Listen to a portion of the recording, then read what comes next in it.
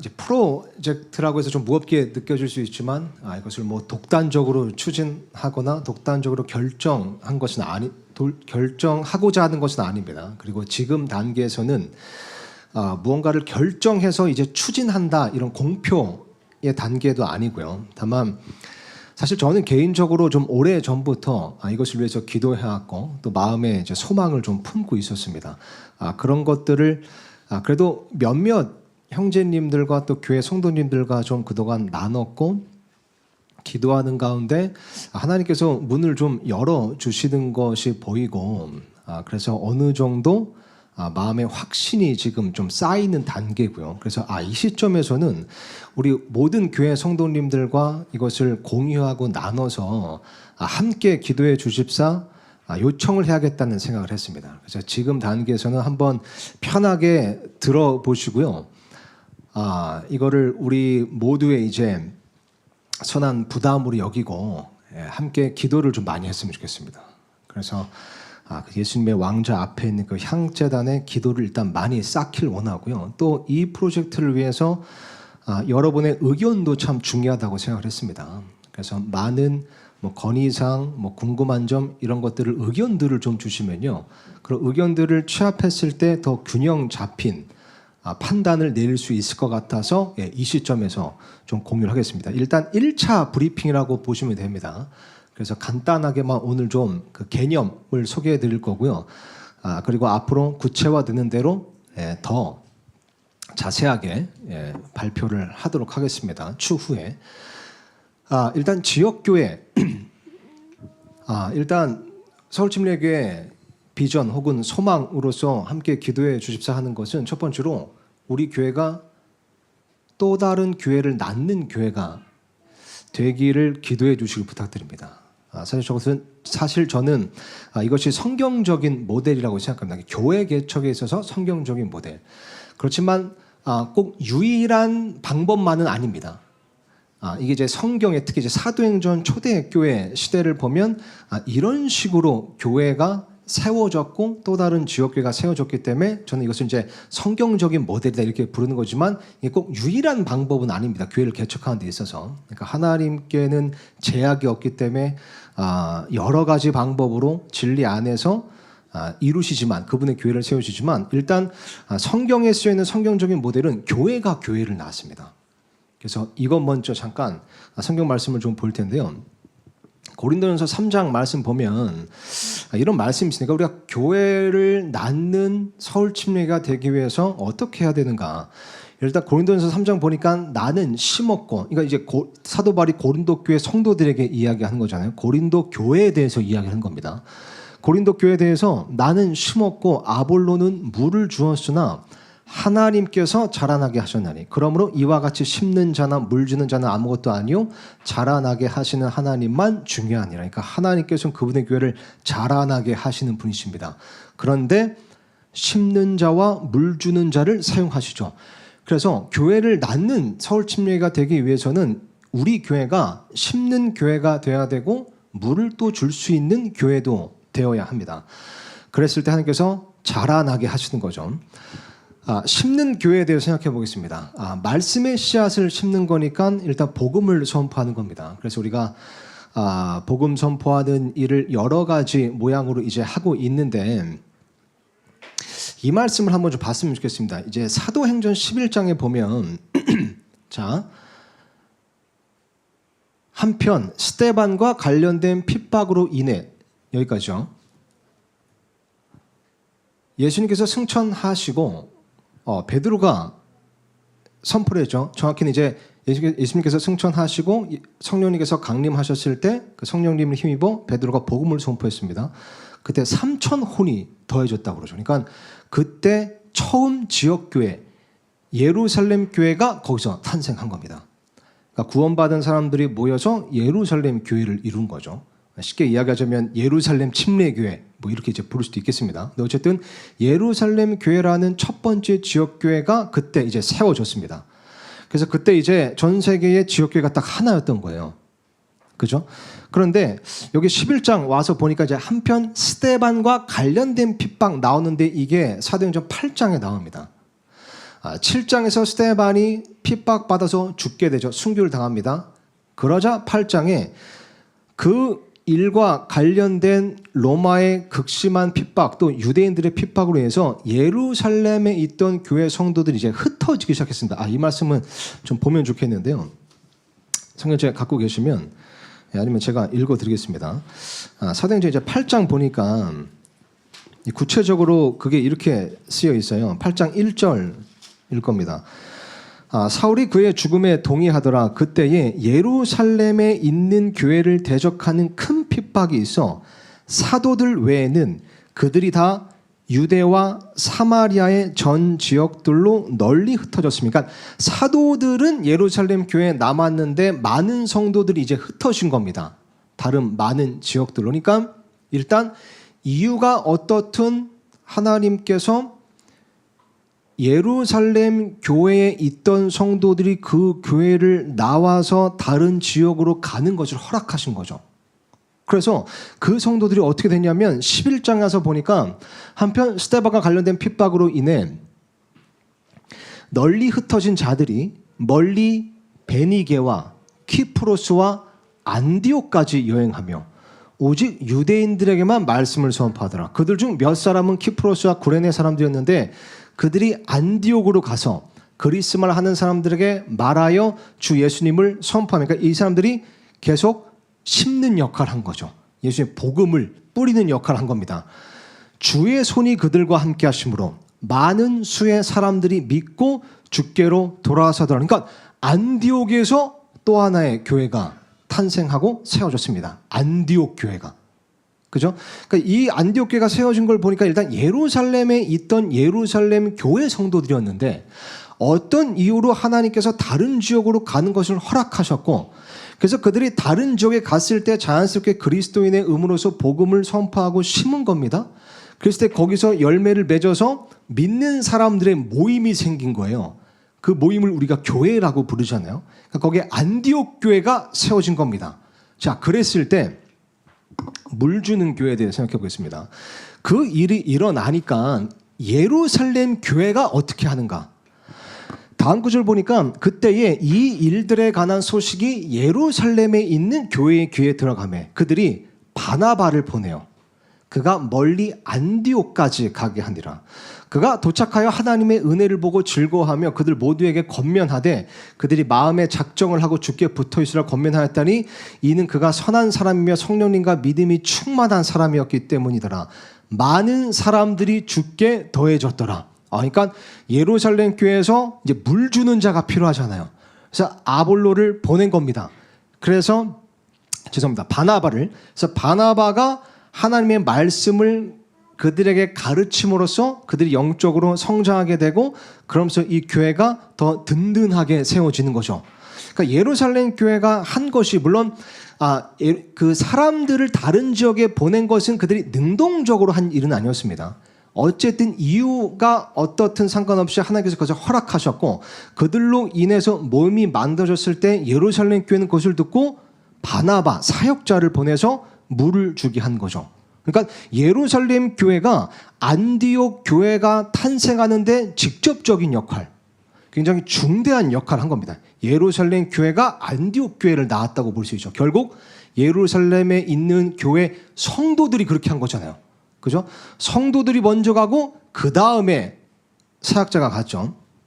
그래서 우리가 이런 모델 참 성경적인 모델이다 이렇게 이제 보는 겁니다. 이렇게 교회가 탄생할 수 있고 또 다른 지역 교회가 세워질 수 있구나. 우리 교회 같은 경우 보면요, 참 많은 교회들이 그랬듯이 이제 코로나 사태로 인해서 어려움도 있었습니다. 그럼에도 불구하고 또 하나님의 은혜로 또 합력하여 선을 이룬 부분도 굉장히 많았죠. 그래서 그때 또 많은 이제 분들이 온라인 예배를 참석하셨으니까 그러니까 이제 외부에 있던 분들이 또 우리 교회를 알게 되고 그러면서 이제 온라인으로 우리 교회 예배를 실시간으로 참여하게 되는 분들도 이제 생겼던 겁니다. 그러다 보니까 물론 이제 그 전에도 있었지만 경기도 이제 북부 지역에서 오시는 성도님들이 우리 교회 몇 몇 있으세요. 그래서 예전부터 좀 생각하기를, 제가 또 소망하기를, 또 생각할 때마다 기도하기를, 이 경기 이제 북부 지역에도 성경적인 근본주의 교회가 있었으면 좋겠다. 물론 이것은 좀 유념하셔야 될 게, 뭐 저는 우리 교회만 성경적이고 우리 교회만 옳다, 이 주의가 아닙니다. 그런 배타성은 분명히 경계해야 됩니다. 다른 교회들에도 배울 점이 있고, 또 본질적인 것은 많은 부분에 이제 같다. 물론 완전히 본질적인 부분에 있어서도 비성경적인 교회들이 있는 건 안타깝지만, 그럼에도 불구하고 일단 우리 교회가 완벽하다 이렇게 말할 수는 없지만, 그래도 참 하나님께 감사한 부분은, 그래도 우리 교회 성도님들 보면 진리를 추구하시기 때문에 이곳에 모였다고 저는 믿거든요. 그리고 저 또한 개인적으로 늘 성경 말씀에 비추어 성경 말씀대로 하려고, 교회가 성경적인 교회가 되기를 늘 소망하며 좀 노력하고 있습니다. 그래서 그런 교회, 그러니까 진리를 추구하는 교회, 더 밝은 빛의 진리를 추구하는 그런 교회가 경기 북부에도 세워졌으면 좋겠다라는 소망이 늘 있었습니다. 사실 보면 지금 이제 교통수단의 발달로 인해서 심적인 거리는 많이 좁아진 게 사실입니다. 그래서 이제 멀리서도 차 타고 오시고 이런 게 이제 어렵지 않죠. 그러니까 초대교회 시대하고는 많이 다른 실정이긴 하죠. 그때는 진짜 다른 지역으로 가기가 너무 힘드니까 그 지역에 필요했지만, 그러니까 이런 부분은 이해를 분명히 하지만, 많은 성도님들과 이야기를 나눌 때 지역교회, 내가 속한 지역에 있는 교회를 가는 것이 정말 좋은 이유 중 하나, 거기에 큰 유익이 있는 중 하나가 전도입니다. 전도. 그러니까 바꿔 말하면, 나는 개인적인 신앙의 믿음이 단단해서 뭐 내가 원하는 교역은, 내가 추구하는 진리의 그 교회가 멀리 있다고 해도 나는 차 타고 멀리 가, 몇 시간 걸려서 가, 이거는 맞는데, 근데 이제 내가 속한 지역의 주위 사람들을 전도하려고 할 때 이게 어려운 거예요. 그죠? 내가 전도를 했는데 그러면 나 선생님 다니는 교회 한번 가볼래요. 그랬는데 근데 2시간 걸리는데요. 이러면 그럼 말고요. 이렇게 되잖아요. 근데 실제로 이제 이런 일들이 있었고, 또 이런 이야기를 들을 때 사실 저는 이제 단지 그 이유 때문이라도 이런 부분이 진짜 필요하다. 많은 지역교회들이 필요하다. 정말 곳곳에 지역교회, 좋은 교회들이 세워졌으면 좋겠다라는 소망이 늘 있고, 그게 성경적이라고 생각했습니다. 그래서 이제 경기 북부 보면 특히 이제 더 북쪽으로요. 여기가 이제 북한이잖아요. 그럼 이제 연천군, 동둔천시, 또 이제 양주시까지 이제 내려오면, 사실 연천군, 동둔천시만 보더라도 이곳에서, 이 지역에서 또 오시는 신실한 성도님들이 있습니다. 여러분 잘 아시겠지만, 얘 좀 어떻게 좀, 얘가 어떻게 된 거죠? 스크린샷 누가 찍었죠? 내가 이거 찍은 거예요? 죄송합니다. 이렇게 남 탓을 자꾸 제가 잘못해놓고서. 그래서 제가 이제 그 성도님들과도 이 이야기는 좀 미리 공유를 했습니다. 근데 이것은 전혀 강제성이 없어야 돼요.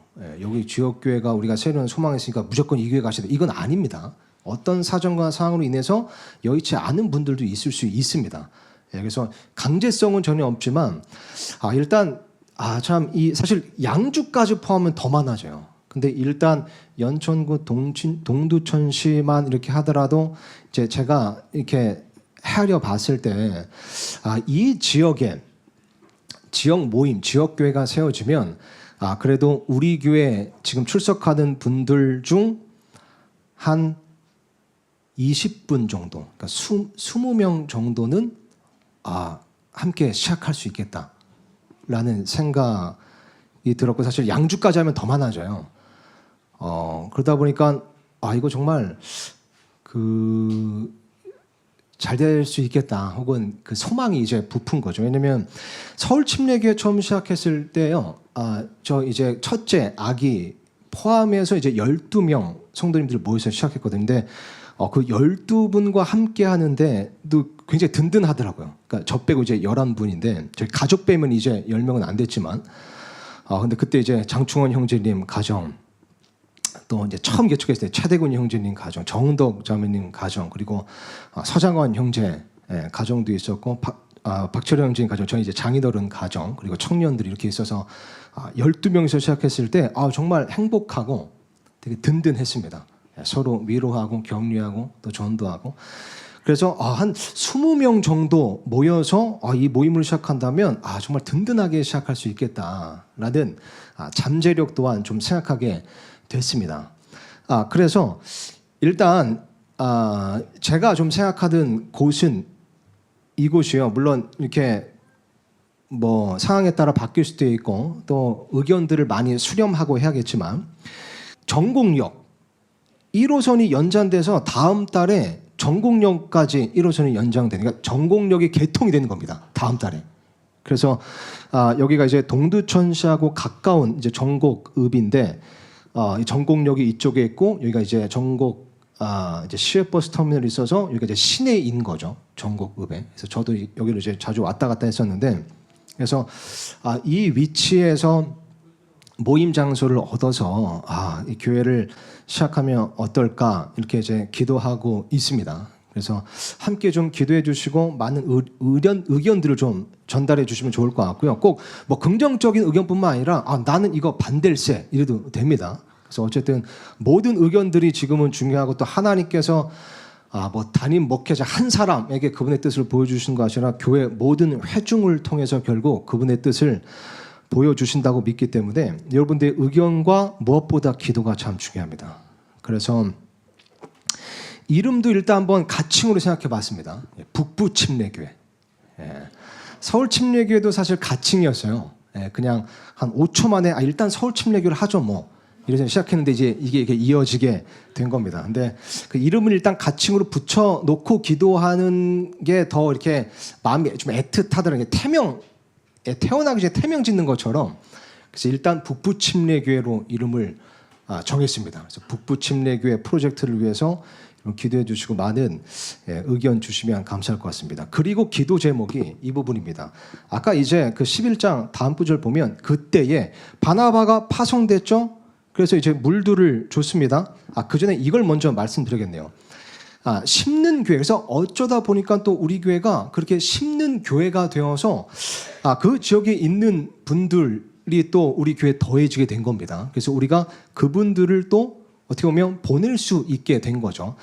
근데 교회가 거기 이제 세워진다고 했을 때 처음에 전임 사역자가 없기 때문에 이제 물 주는 자의 후원이 필요합니다. 그래서 서울 침례교회에서 그 교회 전임 사역자가 세워지기 전까지는 서울 침례교회에서 물 주는 자 바나바와 같은 사람을 당연히 보내야겠다고 생각을 하고 있습니다. 그래서 감사하게도 우리 교회 이정용 형제님 비롯해서 박상도 형제, 김승현 형제님 등등 설교에 은사가 있는 분들이 있잖아요. 그래서 저를 비롯해서 당분간은 설교 스케줄을 짜려고 합니다. 그래서 매주 돌아가면서 이 교회를 방문해서 이제 말씀을 나누는 그런 바와 같은 물 주는 자를 교회에서 계속 지원할 예정이고, 이건 그냥 저만의 생각인데 아마 1분기 정도 혹은 몇 달 정도는 성도님들과 돌아가면서 가되 저는 격주로 가면 좋지 않을까. 뭐 제가 대단한 사람이 아니라 이 교회를 살피는 일을 위해서 이런 생각도 좀 들고요. 그리고 또 하나는 제가 몇몇 독립침례교회 다른 목사님들께는 이 이야기를 좀 했어요. 그래서 한 달에 한 번 정도는 다른 교회 목사님들을 좀 청빙해서 초청해서 그분들이 또 전해주는 말씀 듣고, 그래서 좀 일단 처음에 그러니까 전담 말씀 사역적은 목회자가 세워지기 전까지는 이렇게 말씀 사역자들이 돌아가면서 협력하는 일이 됐으면 좋겠다. 사실 지금 한마음 미션이라는 모임이 그렇게 하고 있거든요. 근데 몇 년 이렇게 하고 있는데 또 잘 되는 부분, 또 장점도 있어서 그것도 좀 생각하게 됐습니다. 그리고 이제 궁극적으로 기도할 것은 역시 그 교회도 전임 사역자, 전임 목회자가 세워지기를 기도하고 우리가 소망해야겠죠. 그래서 바나바도 보면 자기가 물을 주는 자로서 사역하다 보니까 자연스럽게 여기 또 다른 사역자, 좋은 사역자가 왔으면 좋겠다고 생각한 거예요. 그래서 누굴 데리고 오죠? 사울, 바울을 데리러 갑니다. 그래서 그때 바나바가 사울을 찾으러 다소를 떠나 그를 만남에 안디옥으로 그를 데려오니라. 그들이 만 1년 동안 그 교회와 함께 모이며 많은 사람들을 가르쳤는데 제자들이 안디옥에서 처음으로 그리스도인이라 불리니라. 그러니까 예루살렘 교회가 안디옥 교회를 세웠습니다. 처음에 전임 사역자가 없으니까 바나바하고 사울이 1년 동안 계속 말씀 사역을 한 거예요. 그 안에서. 그러다가 1년만 했다고 한 거 보니까 그 뒤에 다른 목회자들을 이제 세우고 본인들은 다시 선교 여행을 떠난 거겠죠. 그래서 참 성경적인 좋은 모델이다. 이런 영광스러운 일을 서울 침례회가 했으면 좋겠다. 그래서 이 소망을 함께 품어주시고 기도해 주시면 감사하겠습니다. 그래서 그 교회가 이제 자라서 영향력을 또 끼칩니다. 이 무렵에 대언자들이 예루살렘에서 안디옥으로 왔으며 그들 중에 한 사람 곧 아가보라 하는 사람이 일어나 그 영을 통해 두루 온 세상에 큰 기근이 될 것을 겉으로 드러내 보여주었는데 카이사라 클라우디우스 시대에 그 일이 이루어지니 그때 제자들이 저마다 자기 능력대로 유대에 거하는 형제들에게 구호금을 보내기로 결정하고 또한 그 일을 행하여 구호금을 바나바와 사울의 손으로 장로들에게 보내니라. 그래서 다른 교회들이 구호금을 모아서 힘든 상황에 있는 예루살렘 교회를 돕는 거예요. 그러니까 예루살렘 교회가 다른 교회를 낳았는데 그 교회가 이제 또 예루살렘 교회를 돕는 일을 하는 거죠. 서로 긴밀하게 협력하고 교제할 수 있는 관계가 된 겁니다. 물론 그렇다고 해서 안디옥 교회가 예루살렘 교회에 구속되고 그래서 뭐 교단을 만들고 이런 건 아니지만 각 지역 교회로서 독립적으로 운영이 되지만 선교를 위해서 또 이런 하나님의 사랑을 전하는 일을 위해서 협력하고 교제하고 친교하는 일이 있었다는 거죠. 이런 교회들이 많아지면 얼마나 좋을까라고 생각했습니다. 사실 안디옥 교회, 그래서 탄생한 안디옥 교회에서 바울과 바나바의 선교 여행을 계속 파송했잖아요. 안디옥 교회에서 바나바와 바울을 안수했죠. 그죠? 그래서 안디옥 교회가 이런 역할까지도 하게 되는 교회로 성장하게 됐습니다. 그래서 이 교회 개척 프로젝트를 위해 기도해 주시고 어떤 질문이든 좋습니다. 문의사항, 건의사항 있으시면 꼭 말씀해 주시길 부탁드립니다.